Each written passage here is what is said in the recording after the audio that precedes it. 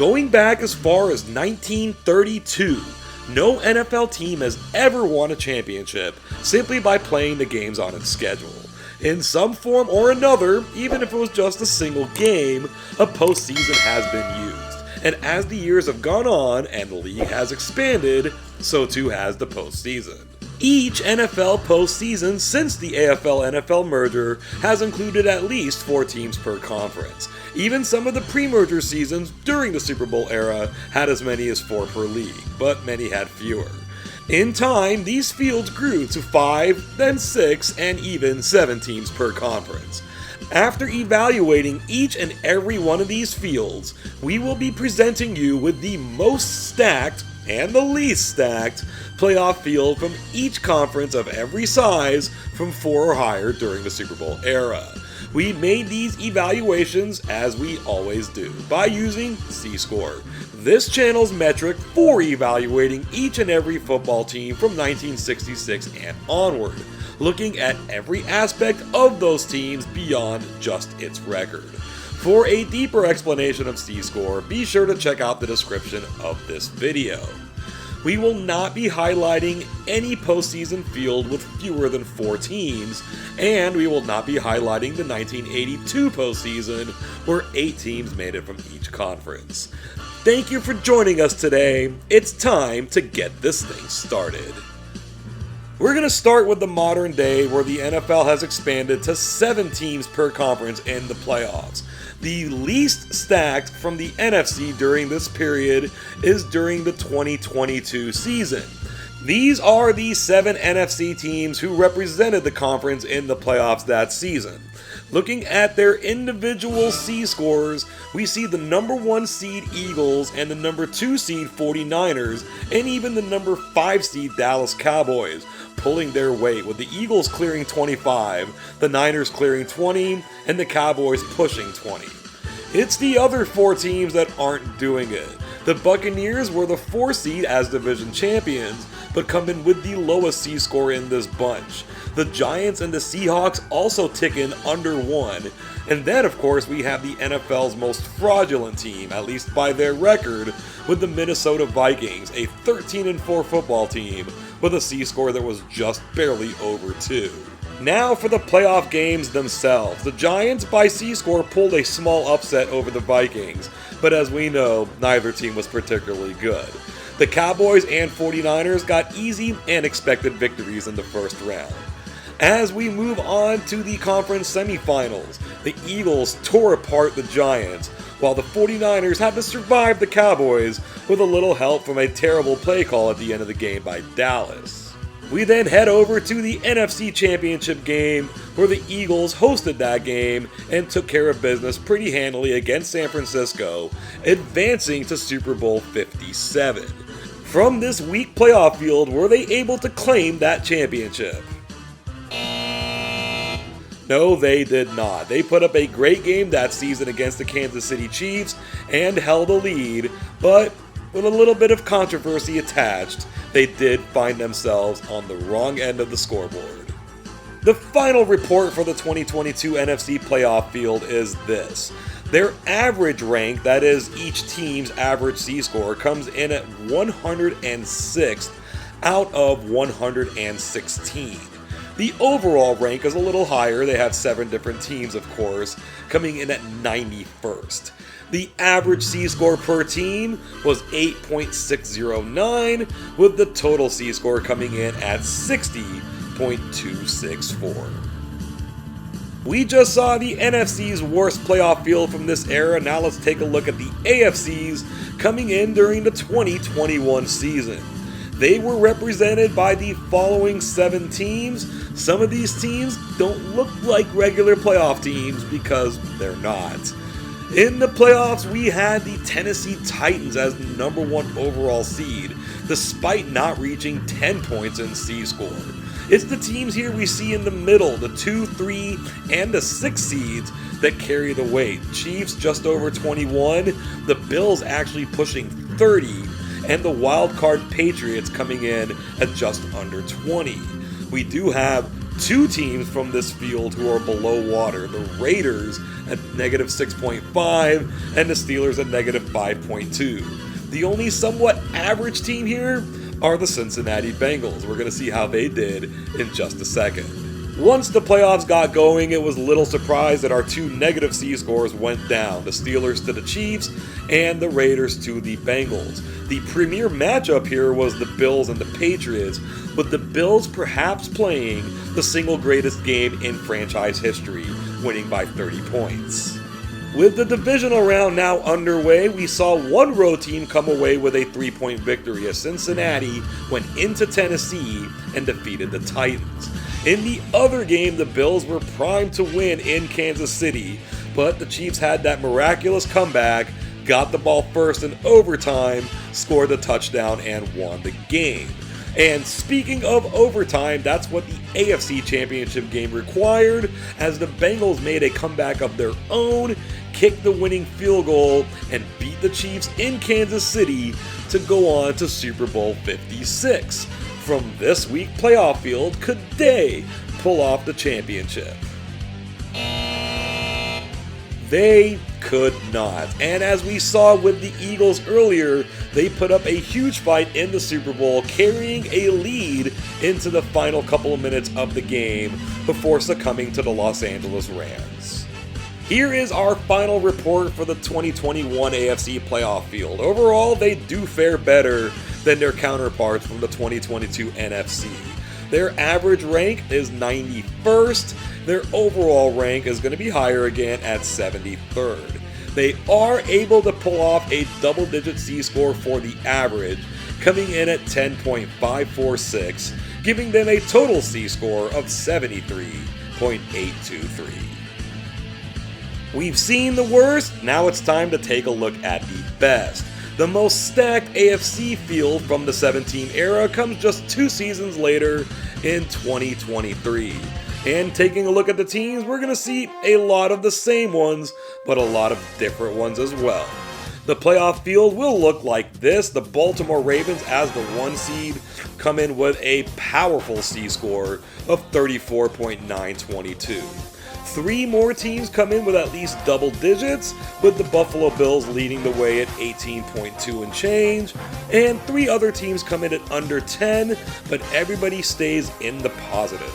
Once the playoffs began, the team with the highest C-score won 2 out of the 3 games. The Bills handled the Steelers, the Chiefs took care of the Dolphins, but it was the Texans, who did get to host Cleveland, that beat them and beat them pretty good by a final of 45-14. In the divisional round, the Texans were no match for the Ravens, who were able to make it onto the AFC title game, while the Bills continued their struggles against the Chiefs in the playoffs, losing at home by 3 points. That brought us to the AFC Championship game, which was played in Baltimore. Nonetheless, it was the Chiefs getting the 17-10 victory, advancing to yet another Super Bowl, this time Super Bowl 58. From a stacked playoff field, were the Chiefs able to bring home the title? You know they were, winning the Super Bowl for a 2nd consecutive season and for a 3rd time in 5 seasons, definitely solidifying their place as a dynasty. Because the 7-team playoff era is only 5 years old, we're not seeing drastic differences when looking at this final report. The average rank for this season's AFC is 74th, with the overall rank looking good on the surface at number 40, again, 7 different teams. The average C-score of these teams just under 13 at 12.95, with the total C-score going just over 90 at 90.65. The NFC's most stacked field comes from the same season as the AFC's least stacked in 2021. The 7 teams comprising this playoff field is a bit of an eclectic bunch. Starting this out are the Green Bay Packers, and for a most stacked playoff field, this Packers C-score as the 1 seed is very low at just around 11.6. It's the other teams bringing the power, including each of the other division champions. The Cowboys winning the East at a 22, the Rams winning the West at a 16, and the Bucks winning the South at a 23. Even the wild-card Cardinals come in just ahead of the Packers, with the 6th-seeded Niners and the 7th-seeded Eagles, competitors in next season's NFC Championship game, being the two bottom teams in this season. Once again here in the playoffs, during the wild card round, 2 out of the 3 games were won by the team with the higher C-score. The Buccaneers beat the Eagles, and the Rams slaughtered the Cardinals. The upset took place in Dallas, where the 49ers conquered the Cowboys to move on to the divisional round. It was in the divisional round where both games were won by the team with the lower C-score, and both by 3 points. The Niners went into snowy Green Bay, could not score an offensive touchdown but blocked the punt for one and got away with the victory, while the Rams took a massive lead over the Buccaneers, only to give it away and then take it back very late. They too advanced to the NFC Championship game. This game was also won by 3 points, but it was won by the team with the better C-score, with the Rams taking the 20-17 win. From this stacked field, they made it into Super Bowl 56. Were they able to bring home the crown? Well, if you've been paying attention, yes, of course they did, because we saw that the Bengals lost that Super Bowl to this Rams team. The 2021 playoffs were a little weird. The 4 seed from each conference made it to the Super Bowl, but the 4 seed with the highest C-score was the Rams. We've got our final report from the 2021 NFC playoff field. Their average rank was still a little below average, but looking better than anyone else from this era does, coming in at number 65, while the overall rank cranks all the way up to number 25. The average C-score from this bunch, 14.527, incidentally higher than the season's number 1 seed. The overall C-score gets us into triple-digit territory, 101.691. That's going to do it for the 7-team field. Let's now go all the way back in time to the 4-team field, which is how this thing all got started. The NFC's most stacked during this time was in 1973. The 4 NFC participants this season were perennial participants during the 1970s. The Vikings, the Rams, the Cowboys, and the Redskins. The way they line up in C-score, the Vikings, as Central Division champions, this was before they did playoff seeding, came in at 24.89. It was the other 2 division champions, though, the Rams and the Cowboys, representing the West and the East respectively, who cleared 30 points. Even the wild-card Redskins just missed a C-score of 20. The divisional round was an intense affair. The Vikings rode their home field advantage to a victory over the Washington Redskins, whereas the LA Rams continued along their path of not really playing up to their potential in the playoffs, losing this game to the Dallas Cowboys. The NFC title game, not as close. The Vikings took care of the Cowboys by a solid score of 27-10. So from this stacked playoff field, did the Minnesota Vikings move on to Super Bowl 8 and win it? Clearly, they did not. The Vikings, as many will know, have never won a Super Bowl. They did well to get through this stacked field, but they couldn't take down the Miami Dolphins of the AFC. So even though 4 teams only made it from 1973, this final report's going to tell us just how good they were. The average rank of their C-score comes in at number 4, and their overall rank, despite only being 4 teams, is 11th best overall. That average C-score, 27.343. That total C-score, phenomenal, 109.37. The AFC took a few more seasons to get its most stacked field out there, but when they brought it, and that happened in 1976. 2 of these teams were certainly perennial playoff contenders during the decade, the Raiders and the Steelers. The Colts and the Patriots saw their way in a few times, but aren't necessarily thought of in the upper echelon during the AFC in the 70s. That said, they certainly pulled their weight in C-score, with the Patriots in the wild card over 22, the Colts at 25, the Steelers coming in at 38, these are the defending two-time Super Bowl champions, and the Raiders as the 1 seed, still very strong at just under 30. The Steelers certainly showed their strength in the divisional round, wiping out the Colts in Baltimore to move on to yet another AFC Championship game. The Raiders and Patriots game was a little different. There was a controversial penalty that went against the Patriots, and the only team who beat the Raiders during the regular season subsequently couldn't do so here in the divisional round. The Raiders escaped with a 24-21 victory. Once we made it to the AFC title game, though, it was a different story. The Raiders were able to finally handle the Steelers and knock them out of a playoff, winning this game 24-7 and advancing to Super Bowl 11. As the victors of this stacked playoff field, were they finally able to win their first Super Bowl?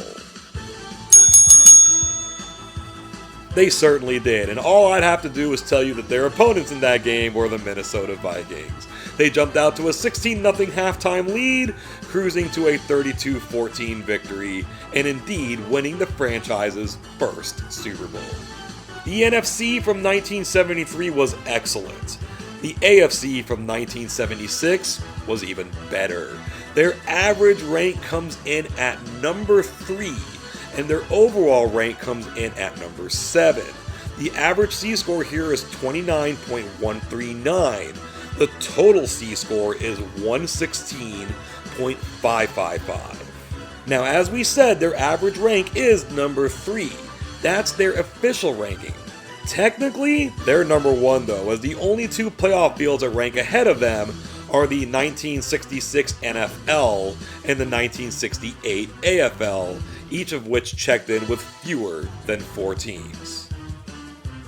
Now for the NFC's least stacked field of this era, and it comes in the final season of that era before the expansion to 5 playoff teams per conference. This is the NFC's 1977, and looking at the teams, we see 3 of our usual suspects, the Cowboys, the Rams, and the Vikings, with only the Redskins swapping out for the Bears.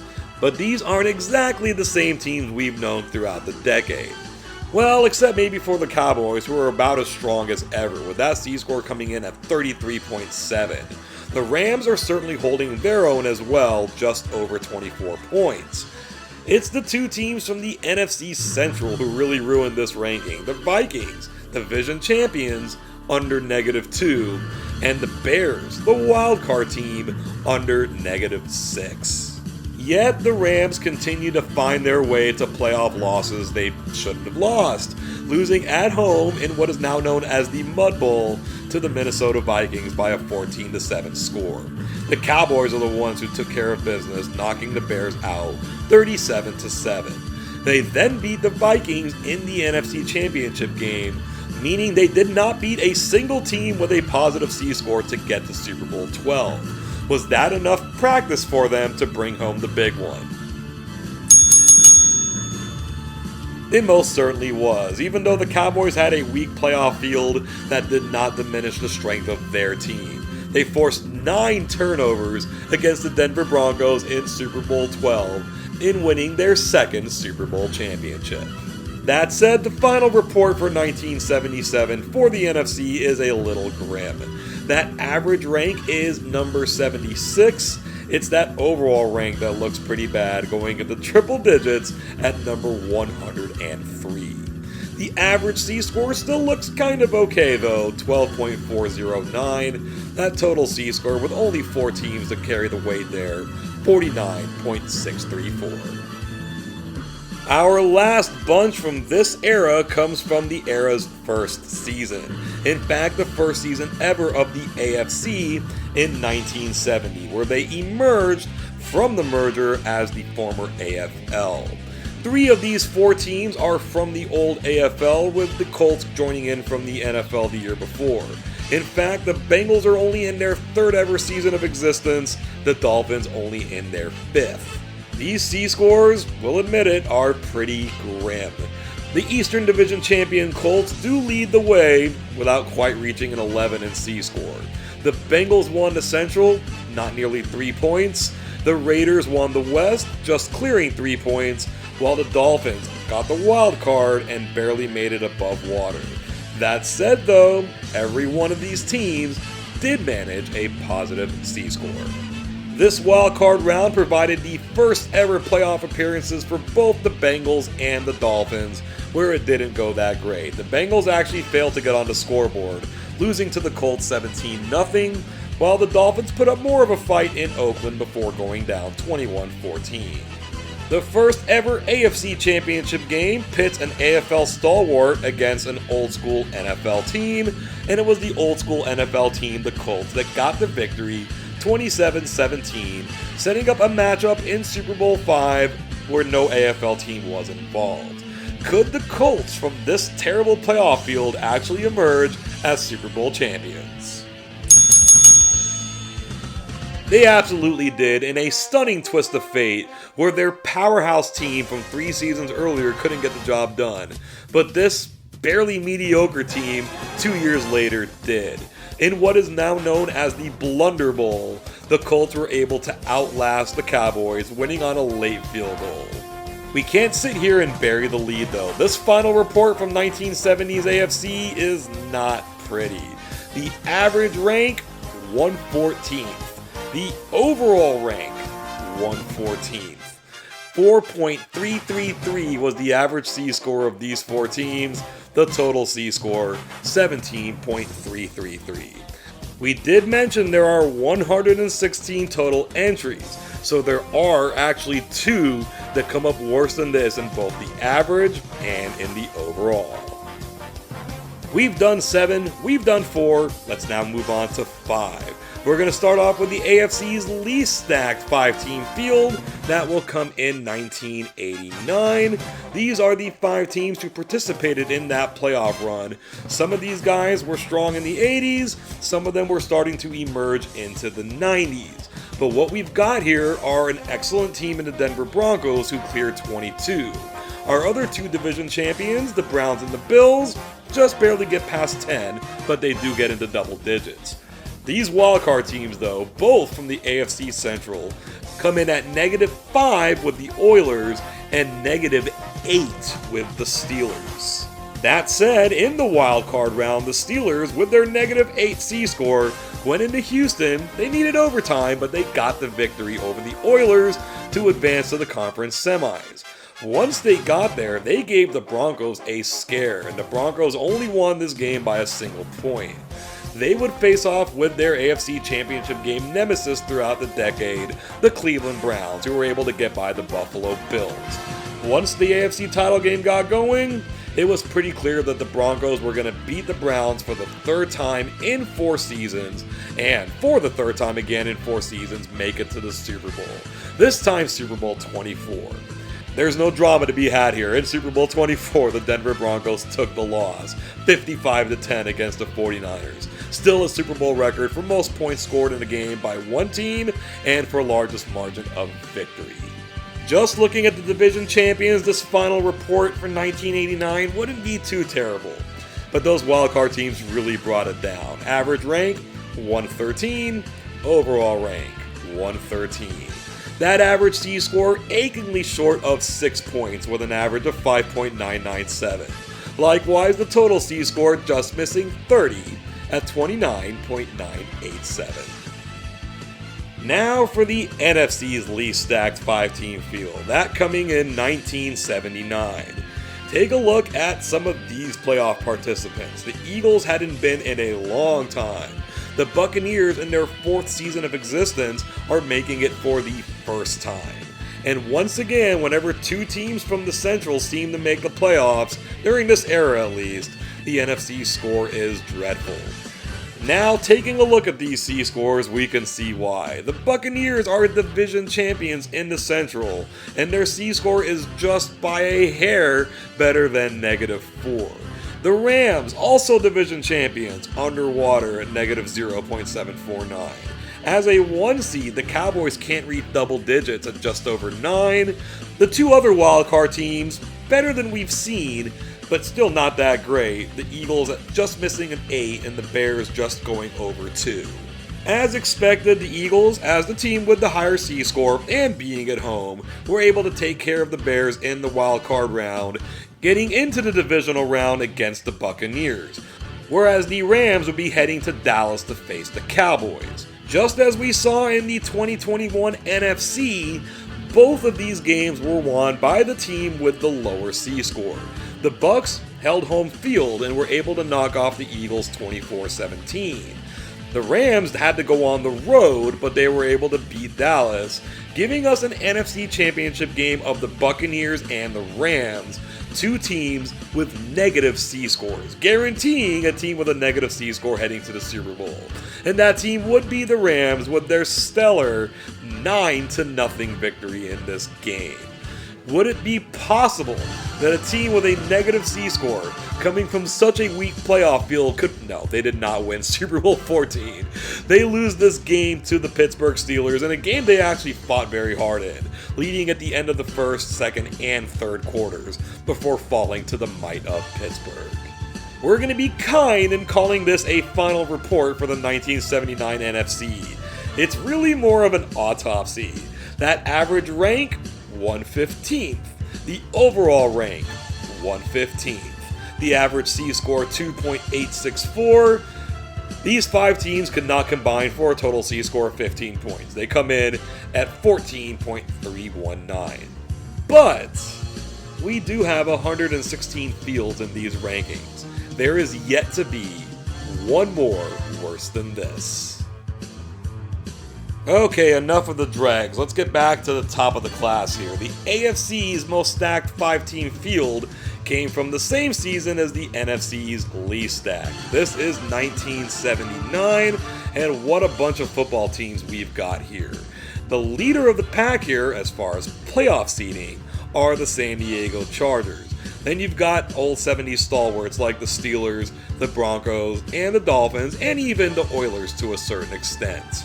These C-scores are all pretty good. The Chargers are the 1 seed, the best single-season team in Charger history, with a 28.504.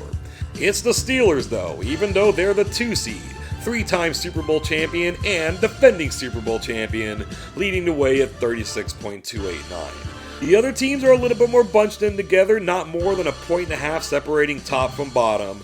Miami, Houston, and Denver all coming in at about an average of 10 points each.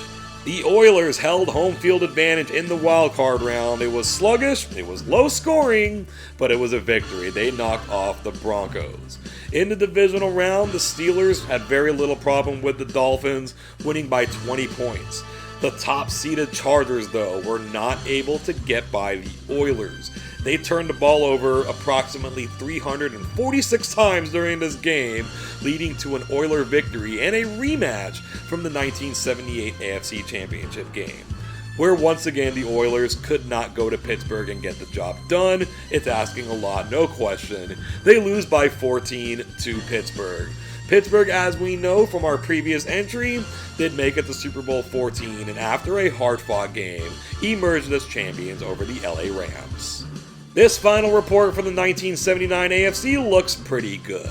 That average rank is number 24. The overall rank slightly lower, but still very strong at number 30. The average C-score here just missed hitting 20 points, 19.278, while the total C-score, high double digits, 96.391.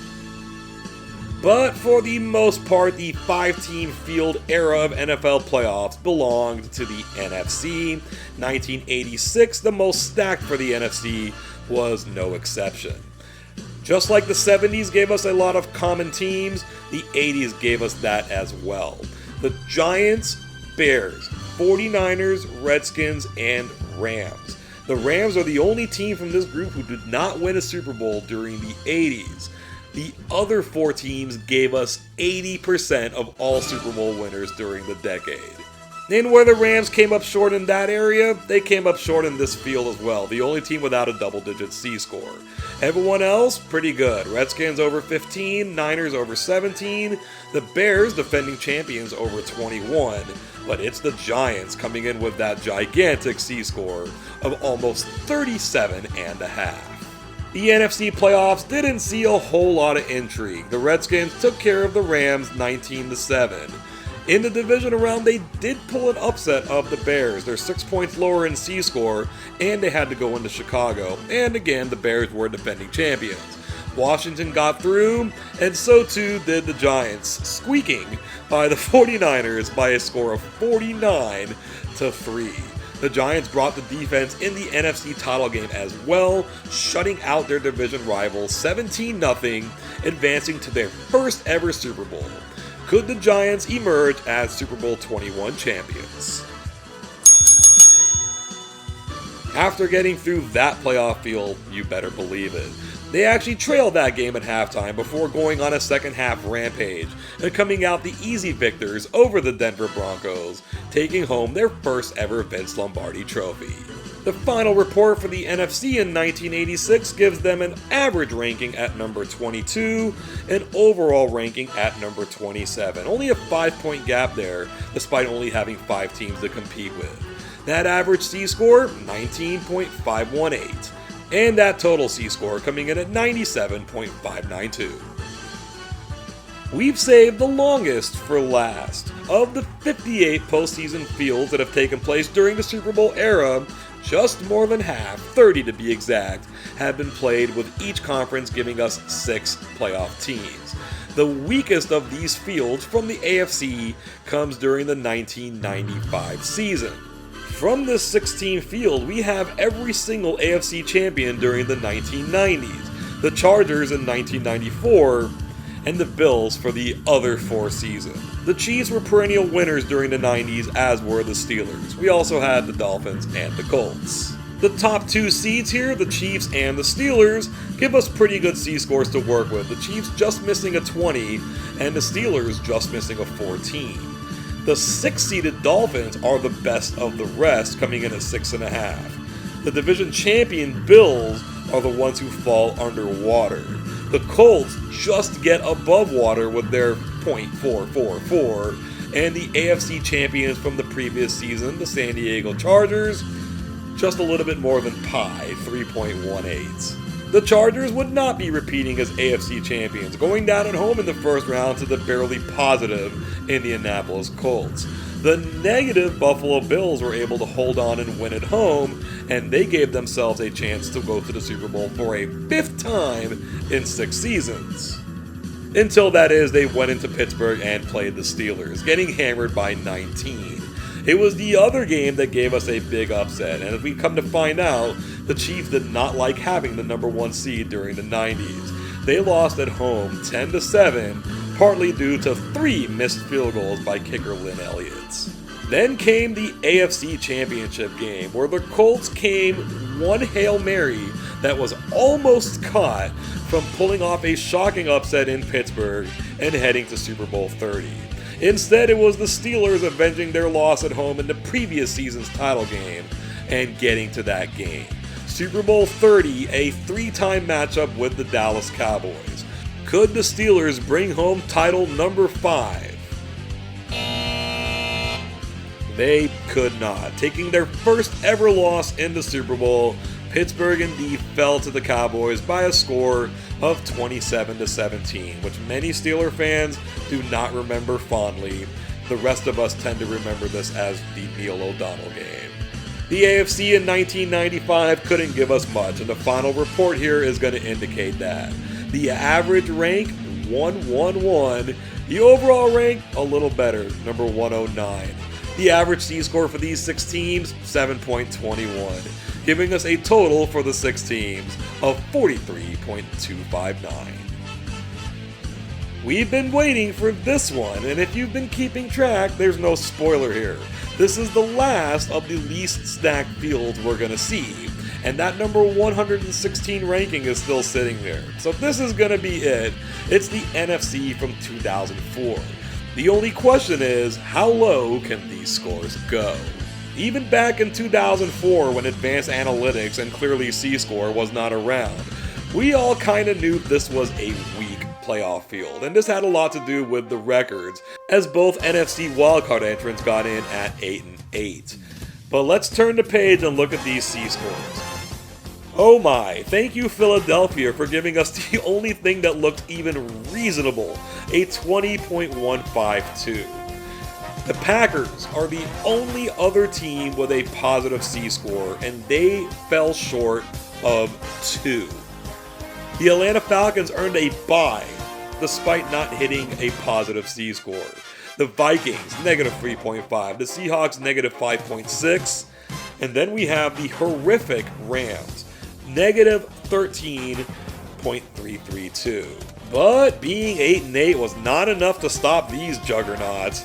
The Rams went into Seattle with that terrible C-score and won 27-20, while the Vikings went into Green Bay and won 31-17. We have a Final Four in the NFC where 3 teams carry a negative C-score. The better of those two in the Falcons-Rams game emerged pretty handily with a 30-point victory, putting Atlanta in the NFC title game. The Eagles had to stave off the Vikings, but they did and get to host this game against the Falcons. And after losing 3 consecutive NFC Championship games, the Eagles finally got one and won this conference, thankfully, as the only team within it that was even reasonably good, taking care of Atlanta 27-10, finally breaking through to Super Bowl 39. Were they able to represent this terrible playoff field well? They did not, at least not as far as the bottom line goes, losing the game to the New England Patriots 24-21. They certainly put up way more of a fight than any of these other teams could have, though. Okay, it's time for 2004's final report on the NFC. We've clearly already stated average rank 116 out of 116. Overall rank 116 out of 116. The average C-score for these 6 playoff teams could not clear 0 points. They are at negative 0.192, and that's with Philly coming in with a score by themselves over 20. The total C-score of these 6 teams, negative 1.149. The AFC's most stacked field during the 6-team era is the same season as the NFC's least stacked. We're heading to 2004. Get a load of these playoff teams, perennial powers in the Steelers and Patriots, emerging powers like the Chargers, Broncos, and the Colts, and even the New York Jets. But when we take a look at these C-scores, we're not here to swipe at the Jets. They did very well getting a 15. Only the Broncos were lower at 13. Every other team, all the division champions of the AFC this season, cleared 20. 21 for the Chargers, 27 for the Colts, 23 for the Steelers, but leading the way, the defending Super Bowl champion New England Patriots, despite being the 2 seed at almost a 37. The Colts played host to the Broncos in the first round and put up quite a few points, going on to win the game 49-24. In the other wildcard game, the game that may have invented chargering, the Jets went into San Diego and won by a score of 20-17 in overtime. Funny enough, as the Jets advanced to the divisional round, they went to Pittsburgh and lost by that exact same score of 20-17 in overtime, putting a deep scare into the 15-1 Steelers. The Colts, having put up 49 points the week before, went to New England, faced that Patriots defense, and scored 3, with New England winning the game 20-3. That gave us an epic matchup in the AFC title game where the 15-win Steelers hosted the 14-win Patriots. The Patriots were still favorites in this game despite having the worst record and despite being on the road because, as we know, a team is not just its record. The Patriots certainly were the better team, They went to Pittsburgh and proved it, winning it 41-27, going on to Super Bowl 39, where we already know that they took care of the Philadelphia Eagles, winning their second straight Super Bowl and third in 4 seasons. Lots of good stuff on the final report for the AFC in 2004. Their average rank was number 9, but their overall rank, with 6 teams of course, gets all the way up to number 2. Their average C-score, 23.171. That is the average for each of the 6 teams, with the total C-score coming in at 139.023. And now we're left with the best the NFC has to offer during the era of 6 teams. The most stacked field is 1992. And look at these teams. 49ers, Cowboys, still the Redskins, defending Super Bowl champions. The Eagles, the Saints, and the Vikings didn't win Super Bowls. They were getting blocked by a lot of these teams. And it is those defending Super Bowl champion, the Washington Redskins, who bring up the rear here at just under 12. The Minnesota Vikings just missed, giving us 5 different teams with a C-score over 20. The other 4 teams took care of that though. The Saints and the Eagles by slim margins, the Niners getting up to 30.9, and the Cowboys powering all the way to 37.8. The Saints made their share of playoff appearances during the 80s and 90s, but couldn't get a playoff win until 2000. That said, they dropped this game to the Eagles. And the Redskins, they didn't have the higher C-score, but they did have the pedigree, and they were able to go to Minnesota and win their game as well. That left us with 3 NFC East teams and the 49ers. In the battle of NFC East teams, it was Dallas coming away with the 34-10 victory. The Redskins put up a fair fight in San Francisco before going down by a touchdown. That then gave us what became the rivalry of the 90s, the first of 3 consecutive NFC Championship games between these 2 teams. This one was in San Francisco. Dallas emerged with the 30-20 victory, giving them the leg up they needed to start their dynasty. Could they go on to Super Bowl 27 and win the title? After emerging from this playoff field, you better believe it. After a 15-year wait, Dallas were once again champions, beating the Buffalo Bills 52-17, forcing 9 turnovers and giving Buffalo the 3rd of 4 consecutive Super Bowl losses. Incidentally, that 4th loss also came to Dallas. This is the kind of report card you wanted to bring home to your parents in high school. The NFC in 1992 gives us the average rank at number 8, but as the overall rank, they will take the prize, number 1. The average C-score here, 23.874. The total C-score, 143.244. Thank you so much for making it to the end of what was a fairly longer video. By making it this far, I'm gonna assume you liked it. Please hit that like button, share it around, subscribe to the channel if you haven't already, and ding that bell so you don't miss out on any future videos. This being a longer video, we don't want to drag you out too far, but as always, we do want to see what's on your mind. Be sure to let us know what you think about this or anything else down in the comment section below. This video had been suggested by previous listeners, so if you have ideas for future videos, be sure to leave them down there. I definitely take them into consideration. Thank you once again for joining us today, and until next time, I hope you have an awesome day.